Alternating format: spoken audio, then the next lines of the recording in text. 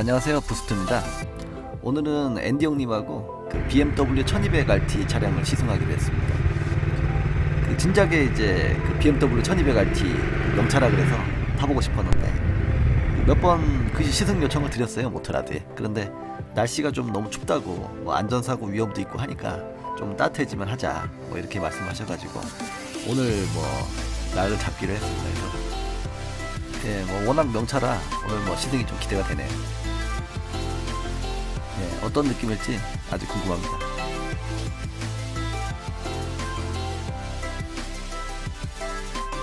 밀게 되면은 그 전에 크루징했던 속력으로 세팅이 됩니다. 그래서 다시 취소하는 거는 브레이크, 클러치라던가 아니면은 뒷브레이크만 하면 작동하게 되면은 자동으로 꺼지고요. 이렇게 취소하실 수도 있고, 여기 있는 거는 안개등 기능이 아니고 오토라이트 기능이에요.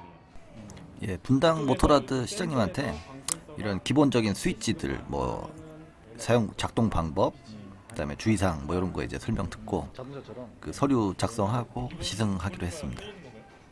기본적으로 데일라이트. 네, BMW 모터사이클의 역사에 대해서 좀 설명을 드리자면 1921년에 이제 BMW 모터사이클이 창립이 됐다 그래요. 예, 그래서 처음에는 이제 그 다른 회사들을 위해서 그 엔진을 만들어서 공급하는 그런 이제 엔진 OEM 업체였던 것 같아요. 그런데 이제 1923년부터 이제 지금 사진에 보시는 네, R32 모델을 이제 출시를 하면서 본격적인 이제 모터사이클 업체가 됐습니다. 그래서 저희가 알고 있는 이제 BMW 모터라드가 된 거죠. 네, 그러면 우리가 궁금해하는 그 RT라는 모델은 언제 처음 나왔느냐? 이걸 보면 1978년도에 이제 처음 이제 R100RT라는 모델로 처음 출시가 됐다고 합니다. 980cc 이제 그 수평대항 엔진인데 저희가 뭐 이렇게 현재 그 RT라고 알고 있는 모델의 이제 원형이 된 모델인 것 같습니다. 네, 저희가 흔히 접할 수 있는 이제 RT라고 알려진 모델들은 6세대 모델이 있습니다. 그래서 이제 처음 96년도에 이제 1100RT가 이제 생산이 되고 2004년도에는 1150RT, 2005년도에 1200RT가 출시가 됐습니다. 네, 이렇게 6개 세대의 모델을 이제 세대를 거치면서 지금 현재 저희가 이제 알고 있는 RT로 이제 그 개량이 되고 거듭난 것 같습니다. 네, RT 스펙을 보도록 하겠습니다. 여기 보면 뭐 모델 형식이 스포츠 투어링이라고 되어 있죠. 우리가 알고 있는 이제 투어러다. 그리고 이제 가격이 이제 18,000불 정도 하는군요. 이게 사실 우리나라에서는 뭐 한 3천만 원 돈인데 뭐 좀 차이가 많이 나죠. 네, 엔진은 이제 저희가 흔히 알고 있다시피 이제 순행식 플랫 2기통, 그러니까 수평대항 2기통이고 뭐 마력은 이제 한 125마력 정도가 되는군요. 네, 변속기는 이제 매뉴얼 수동 6단이고요. 네, 휠 타이어는 이제 앞바퀴가 120에 7017, 뒷바퀴는 180에 55ZR17. 뭐 이거는 이제 고속 투어러라는 얘기죠. ZR급 타이어를 사용한다는 것은 이제 초고속 투어러를 의미를 하는 거죠. 휠 타이어를 보면 그 차의 대략적인 뭐 성격을 알 수가 있습니다. 예, 브레이크는 뭐 앞뒤 다 이제 유압 브레이크고요. 예, 브렘보 브레이크고 디스크는 앞뒤 다 디스크로 이제 돼 있습니다. 네, 서스 부분입니다. 사실은 이제 서스 부분이 제일 그 제가 궁금했었는데 이게 앞 서스펜션은 이제 그 텔레레버 서스펜션이고 뒤 서스펜션은 이제 파라레버로 돼 있습니다. 이게 이제 일반적인 바이크하고 좀 이제 다른 부분이죠. 그래서 이제 뭐 BMW 1200RT가 뭐 엔진도 물론 이제 R 엔진이 궁금하지만 서스펜션이 과연 이제 어떤 느낌일까? 일반적인 바이크하고 어떤 차이가 나는지 그것이 가장 이제 궁금했었습니다. 네, 이제 자료 영상을 보시면 이게 이제 그 텔레레버의 구조를 설명을 하고 있습니다. 이제 일반적인 텔레스코픽하고 비슷하게 보이지만 이 중간에 이제 뭐 하나 잡아주는 게 있죠. 중간에 이제 그 위시본이라 그러는 게 이제 차체 중간 부분하고 연결이 되어 있고 그 다음에 이제 그 일반적인 쇼바는 안쪽에 쭉 들어가 있습니다. 그래서 이제 다른 바이크들하고 좀 이제 차이가 나는 부분이죠. 예, 그러면 과연 이게 무슨 차이가 있느냐? 그게 이제 사실 의문인데요.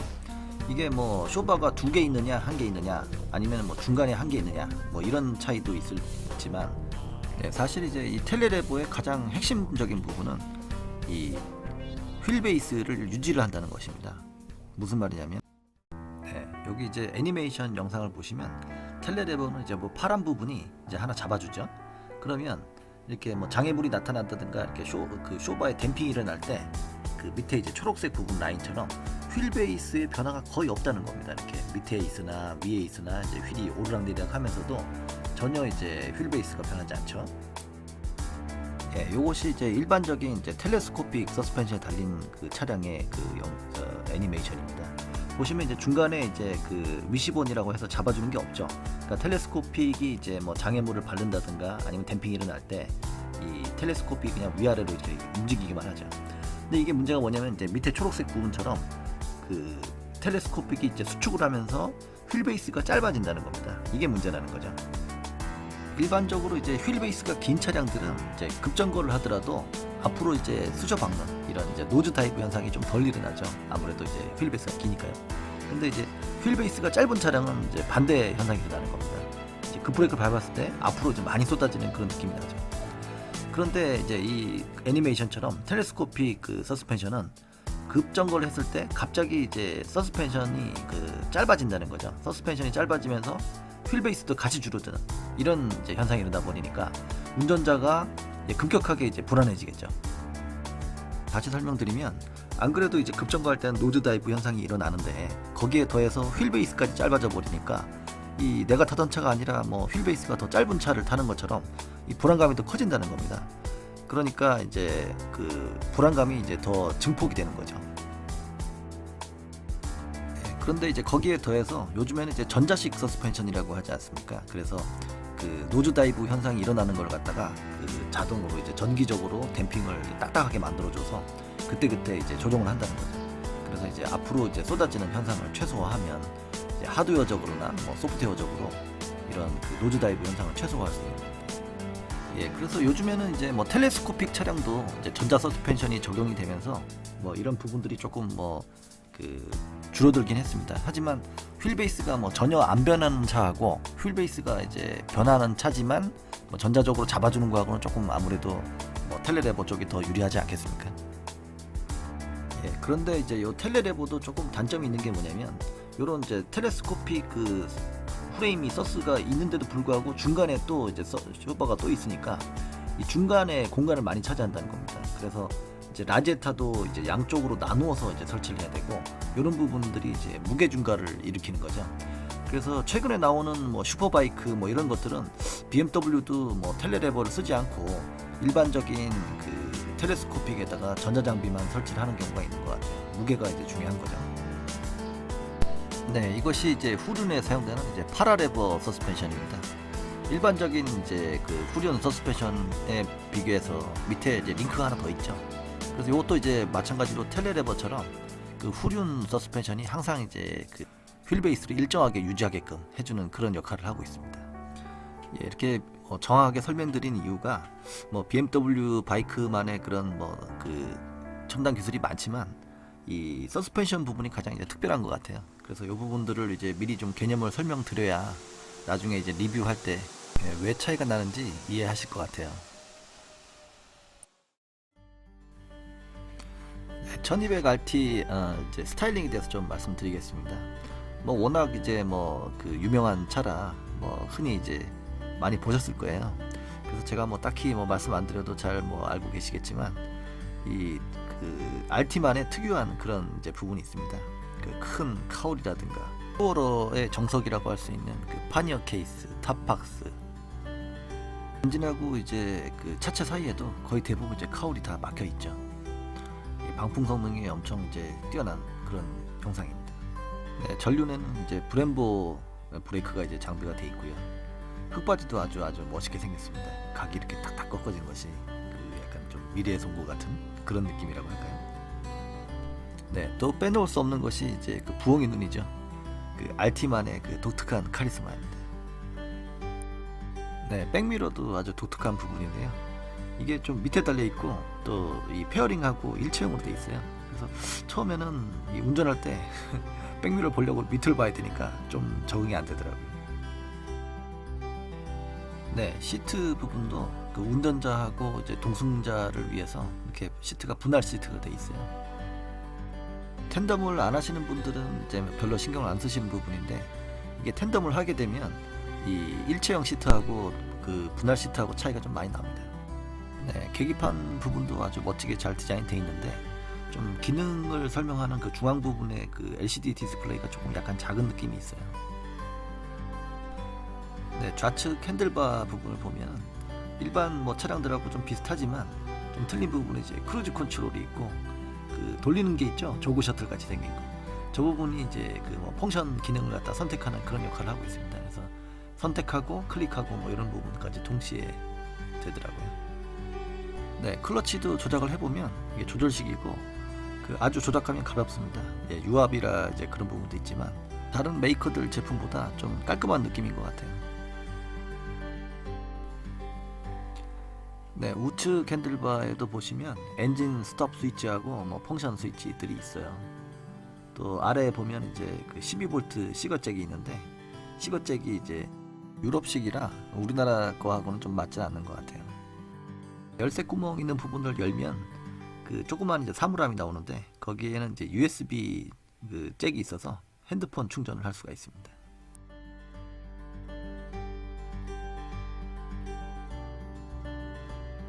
네, 풋팩하고 시프트 페달이죠. 그다음에 사이드 스탠드. 이게 또 앞에 달려 있어요. 보통 바이크들은 이제 사이드 스탠드가 이제 풋팩 뒤에 달려 있거나 풋팩 밑에 달려 있잖아요. 동승자를 위한 리어 풋팩이죠. 네, 우측에는 이제 리어 브레이크 페달이죠. 네, 리어 휠하고 머플러죠. 오, 공기 주입구가 여기 달려 있네요. 네, 공기 주입구가 저기 달려 있으면 만드는 건 좀 힘들어도 밸런스가 아주 좋겠네요. 그죠? 네, 휠 밸런스에도 아주 세심한 배려를 한 BMW의 그런 모습이 보이는 부분입니다. 네, 사이드 박스죠. 파니어 케이스라고 얘기도 하기도 하고요. 아주 멋있게 생겼습니다. 공기 역학적으로 생겼죠. 여는 것은 그 우측 핸들바에 그 키락 스위치를 누르면 자동으로 열려요. 신기하더라고요. 네, 안쪽에는 이제 이렇게 돼 있죠. 또 짐들이 이제 흘러내리지 않도록 예, 저 스트립이 있고요. 네, 여기 보면 열리는 레치가 있죠. 닫히고 열리고 하는 레치가 있고 키홀 저 부분을 누르면 예, 이렇게 누르면 이제 레치가 열립니다. 예, 좌우측 한 개씩 이렇게 설치가 되어 있습니다. 탑박스는 이제 시승차가 그 고장이 나 있어가지고 보여드리질 못하겠네요. 네, 장갑을 끼고 이제 시승을 한번 해보겠습니다.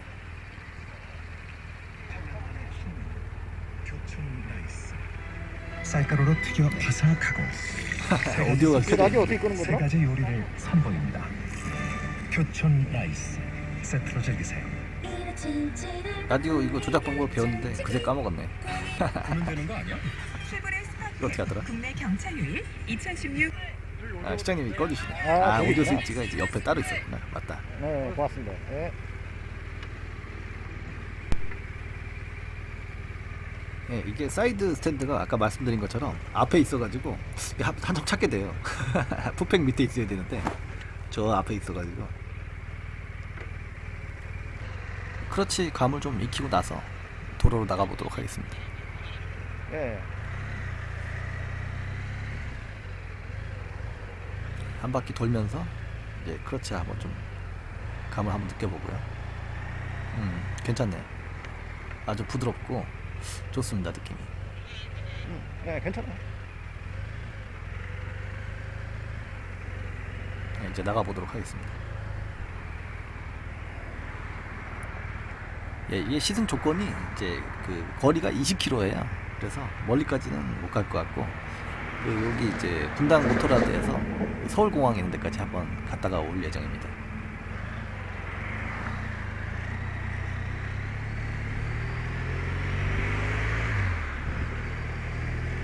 백미러 위치가 낮아가지고 백미러 위치가 이게 낮아서 조금 생소하죠. 그래서 처음에 좀 어색하더라고요. 이게 좀 적응이 돼가는 지금 좋다. 가속감이 아주 느낌이 아니 좋습니다. 처음에는 이제 픽십도 안 됐는데 퀵시프트로 앞에 당기면 그냥 들어가네. 악셀을 당긴 상태에서도 그냥 변속이 되더라고요. 나도 모르게 자꾸 크러치 손이 간다. 클러치 없이 이제 변속할 수 있는 게 아주 큰 매력인 것 같습니다. 근데 이제 이 퀵시프트도 RPM이 이제 어느 정도 좀 이렇게 올라간 상태에서 작동을 해야 부들부들하는 것 같아요. RPM이 너무 낮을 때는 이렇게 집어넣으면 좀 쿵텅거리더라고요. 롤링 느낌도 아주 좋습니다. 아, 이거 느낌이 좀 특이하네. 뭔가 이렇게 잡아주는 듯한 그런 느낌이에요.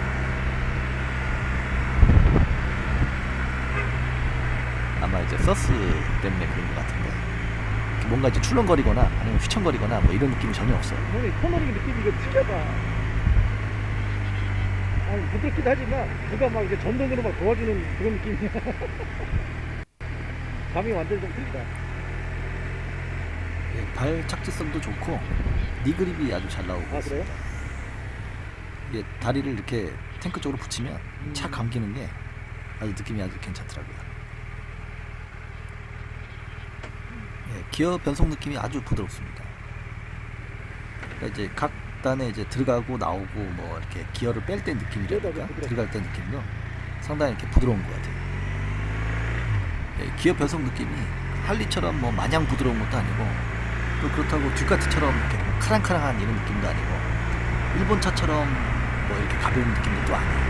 좀 스마트하다고 해야 되나? 좀 솔리드하면서도 스마트하고 그런 느낌. 말로 설명하기가 좀 그런데 독특한 느낌. 네, 뭔가 이 조작감이 가볍거나 뭐 이런 흘렁거리는 이런 느낌이 아니라 뭔가 좀 이렇게 무게감이 있으면서 그런 느낌이에요. 방풍 성능도 아주 좋고 지금 뭐 실드를 거의 끝까지 올린 상태인데 거의 뭐 바람이 느껴지진 않습니다. 코너링도 이렇게 이 차체를 약간 이렇게 눕혔을 때 붙어가는 그런 느낌이 나죠.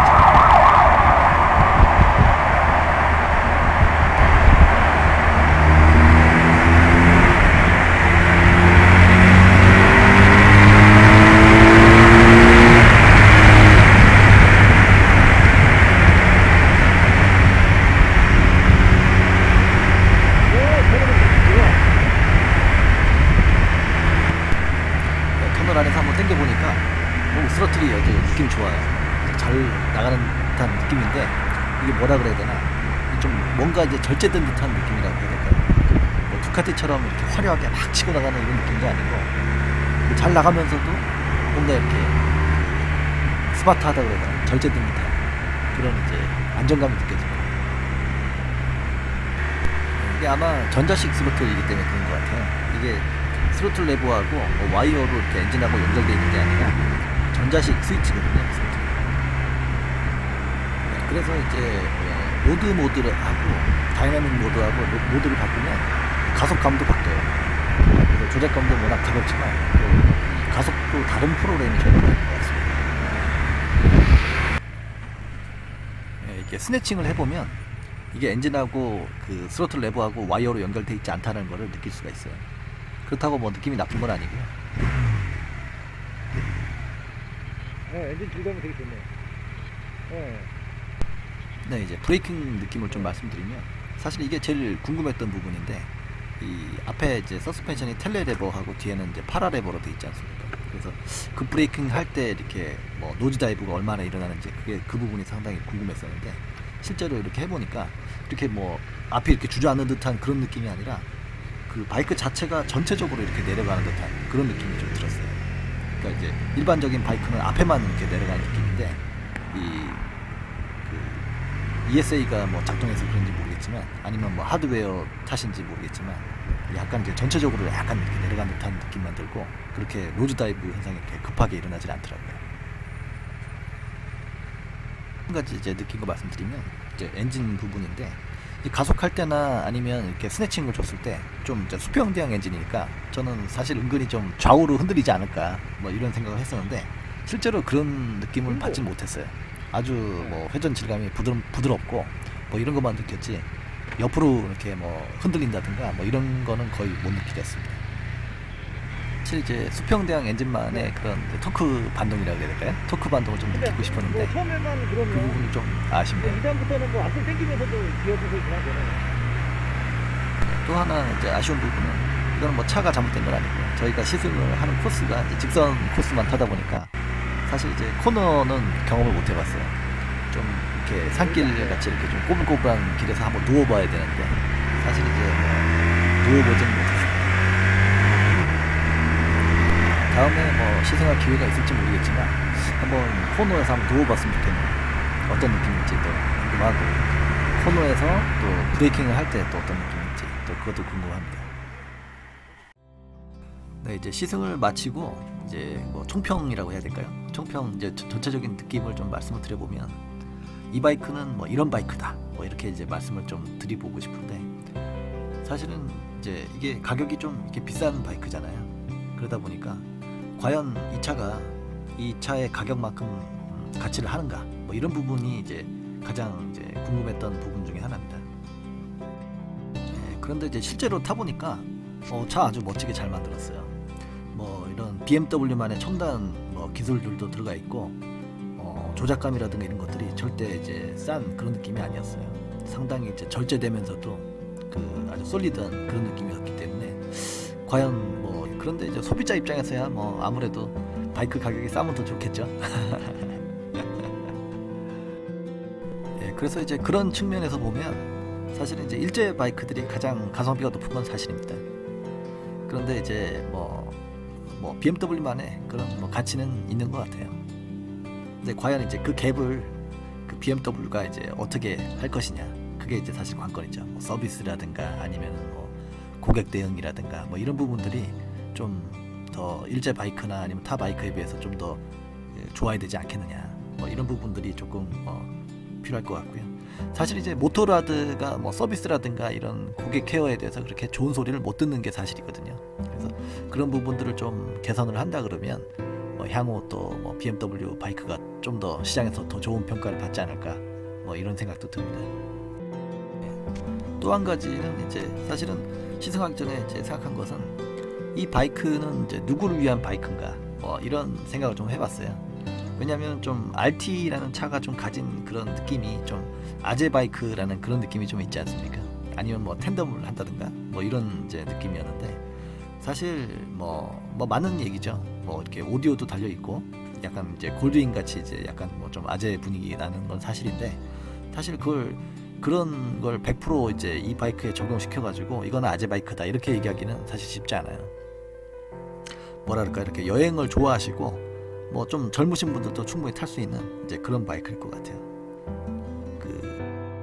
네, 이렇게 총평을 이제 마무리하고요.